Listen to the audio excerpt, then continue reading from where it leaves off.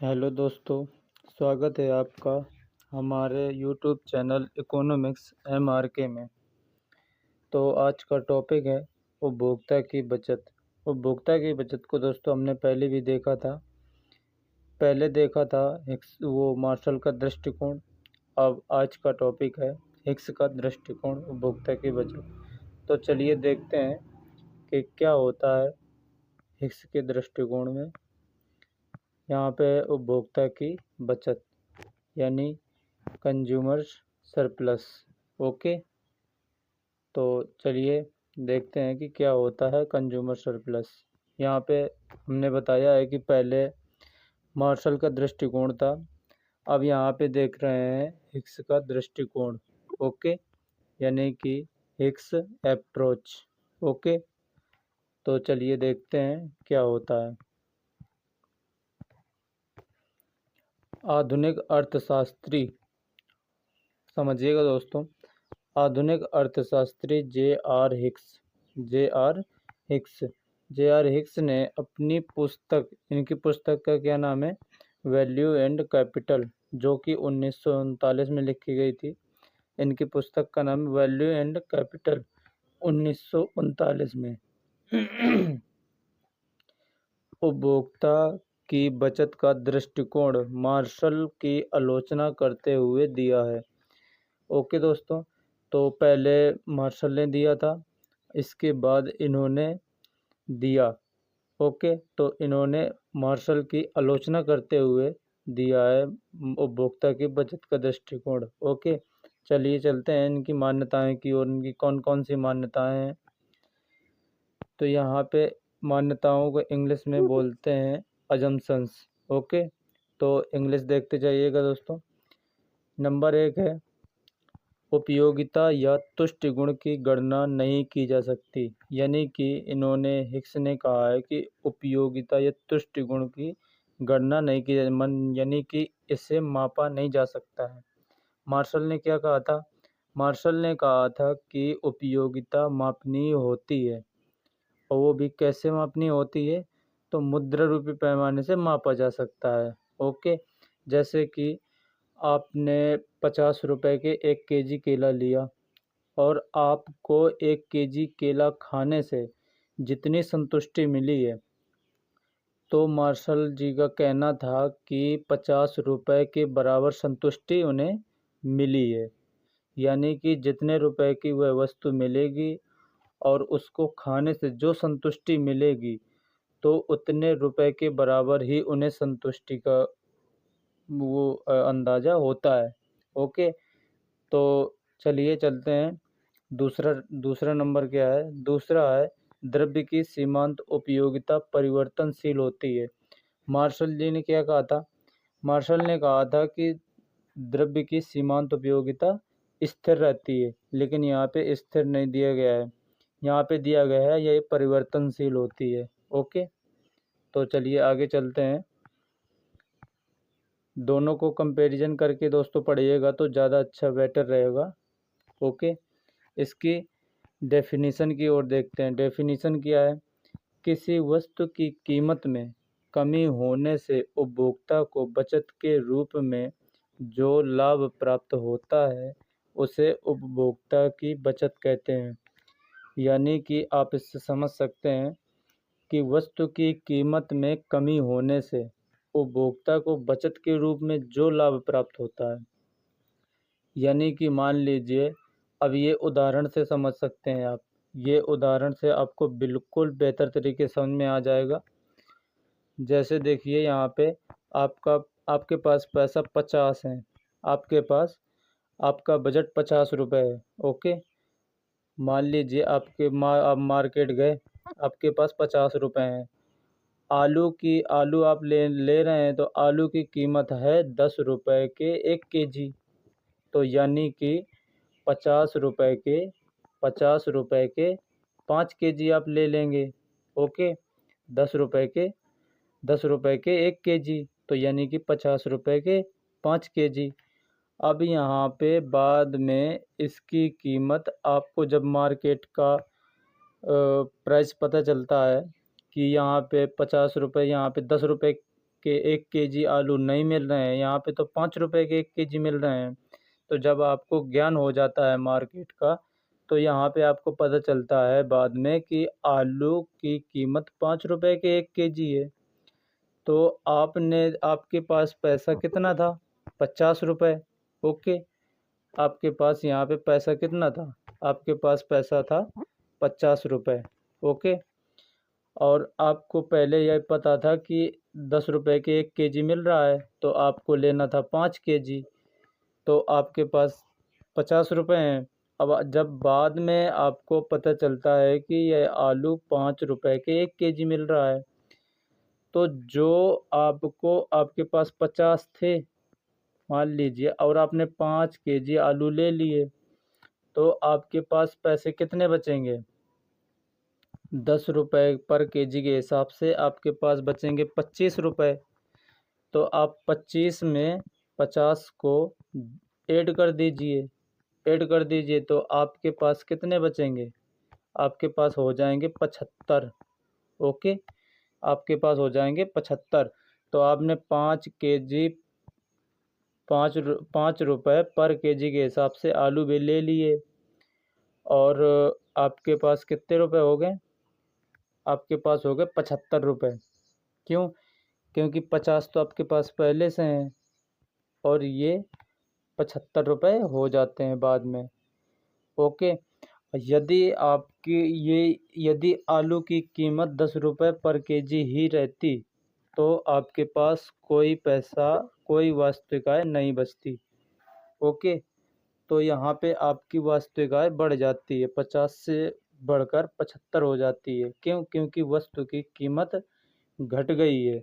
तो वस्तु की कीमत के घट जाने से जो वास्तविक आय में वृद्धि होती है, और इससे जो लाभ होता है, जो वास्तविक आय में वृद्धि होती है, इसी को उपभोक्ता की बचत कहते हैं। ओके, तो आई होप दोस्तों आपको समझ में आ गया होगा। अब देखते हैं हिक्स के अनुसार किसी वस्तु की कीमत में कमी से उपभोक्ता पर उसके निम्न 2 प्रभाव हैं। ओके, इसके 2 प्रभाव हो सकते हैं। कौन कौन से? चलिए इनको समझते हैं। ये नंबर 1 है, जब वस्तु की कीमत कम होती है।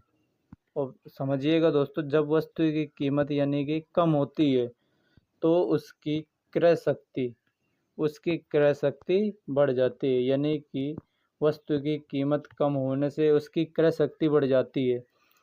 यानी कि आपको अभी समझाया गया है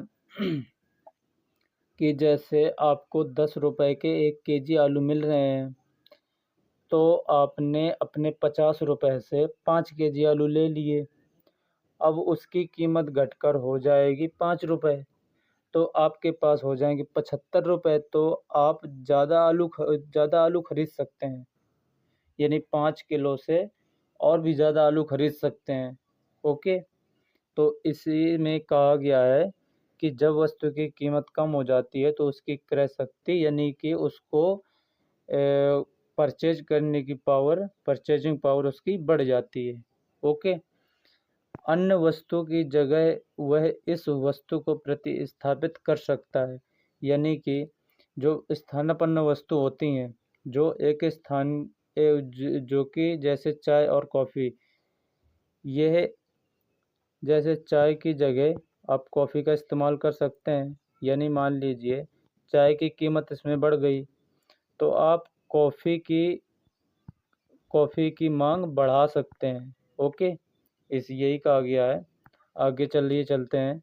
नंबर दूसरा है कीमत घटने से वस्तु सस्ती हो जाती है। तो ये तो जायज़ सी बात है दोस्तों, जिस वस्तु की कीमत घट जाती है तो वह सस्ती हो गई मान लीजिए, और अब पहले की अपेक्षा वस्तु खरीदने के लिए कम, यानी कि ये दोस्तों काम नहीं है, ये कम लिखा है, कम लिखा है, ये कम व्यय करना पड़ता है। ओके, तो जब वस्तु की कीमत घट जाती है, यानी कि जैसे आप ले रहे हैं 10 रुपए के 1 kg आलू ले वो 1 kg मान लीजिए सेब ले रहे हैं। अब उसकी कीमत घट जाए यानी कि 5 रुपए के पर केजी हो जाए, तो आपको कम व्यय करना पड़ेगा, 10 रुपए की जगह 5 रुपए व्यय करना पड़ेगा। ओके, चलिए चलते हैं। यानी कि अर्थात यहाँ पे दिया है कीमत कम होने पर, यानी कीमत यहाँ पे कम होने पर वास्तविक आय अधिक हो जाती है। यानी कि ये देखिए कीमत कम हो गई तो वास्तविक आय बढ़ गई। ओके, कीमत कम होने पर वास्तविक आय बढ़ जाती है। एग्जाम्पल से आपको पहले ही समझा दिया गया है। चलिए आगे चलते हैं।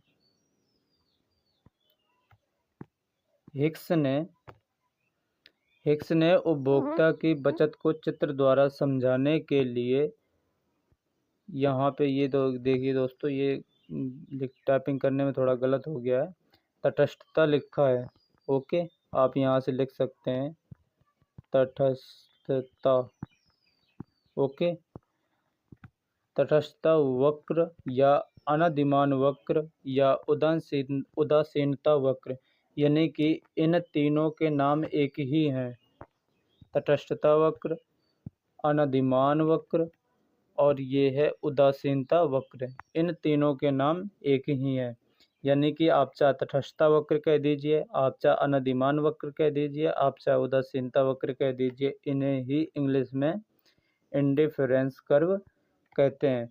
तो हिक्स जी ने इंडिफरेंस कर्व का प्रयोग किया है। आगे चलिए चलते हैं। आईसी कर्व, यहाँ पे आईसी वक्र विश्लेषण के द्वारा वस्तु के मूल्य तथा उपभोक्ता की मौद्रिक आय में परिवर्तन होने के परिणाम स्वरूप उपभोक्ता की बचत पर पड़ने वाले प्रभाव का अध्ययन किया जाता है। यानी कि वस्तु के मूल्य लिखा है, मूल्य यानी कि कीमत, मूल्य तथा उपभोक्ता की मौद्रिक आय, इनके परिवर्तन के परिणाम स्वरूप इनमें जो परिवर्तन होता है तो उपभोक्ता की बचत पर इनमें परिवर्तन होने से उपभोक्ता की बचत में क्या परिवर्तन होता है, इन्हीं को समझाया गया है चित्र के माध्यम से। अब चलिए चित्र के माध्यम से देखते हैं इसको। तो ये चित्र पहला है और यहाँ पे ये चित्र दूसरा है। ओके, तो यहाँ पे पहले चित्र में दिए ये मौद्रिक आय दिया हुआ है और यहाँ पे एक्स वस्तु दिया हुआ है।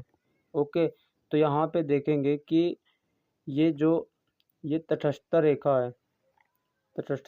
रेखा यानी इंडिफरेंस कर्व है। तो ये जो उपभोक्ता है तो ओ एम वस्तु की मात्रा खरीदने के लिए वह ए पी खर्च करता है। ओके, और ये एक्स अक्ष है और ये वाई है।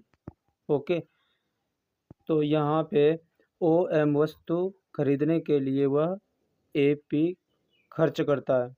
ओके, और वाई की ओ पी वस्तु खरीदने के लिए वह ए एम खर्च करता है। तो इस स्थिति में उपभोक्ता ए बिंदु पर संतुलन की स्थिति में है। ओके, तो इसको यहाँ पे दूसरे चित्र से समझ लेंगे, इससे समझ आ जाएगा।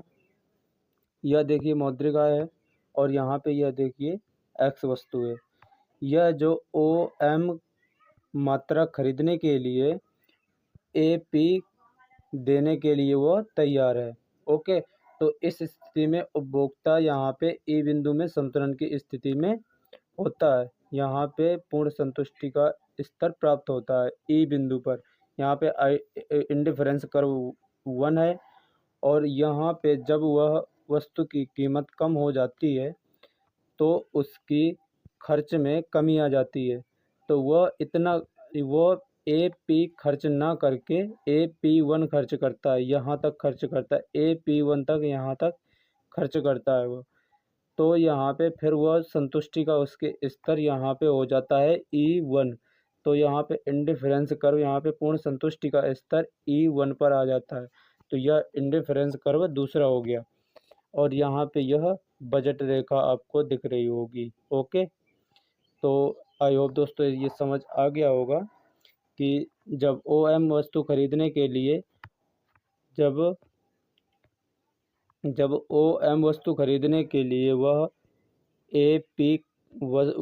AP मुद्रा खर्च करता है और जब वस्तु की कीमत घट जाती है तो यहाँ पे इसका संतुलन स्तर बदल जाता है, यानी कि E से E1 हो जाता है। तो वह फिर कितना खर्च करने के लिए तैयार रहता है? AP1। फिर AP1 में उसको ये मुद्रा मिल जाती है। ओके, X वस्तु OM मिल जाती है। तो यह जो ये जो E1 P1 और E और P, ये जो इतना है, यह उपभोक्ता की बचत के रूप में उसे प्राप्त हो जाता है। ओके, तो आई होप दोस्तों आपको समझ में आ गया होगा। तो तब तक के लिए धन्यवाद, मिलते हैं अगले वीडियो में। तो हमारे चैनल को सब्सक्राइब कीजिए। यदि आपको नहीं समझ में आ रहा है तो आप हमें कमेंट बॉक्स में बता सकते हैं। वैसे हम अपनी तरफ से पूरी पूरी अपनी एनर्जी बर्बाद कर रहे हैं आपको समझाने के लिए। तो थैंक यू दोस्तों।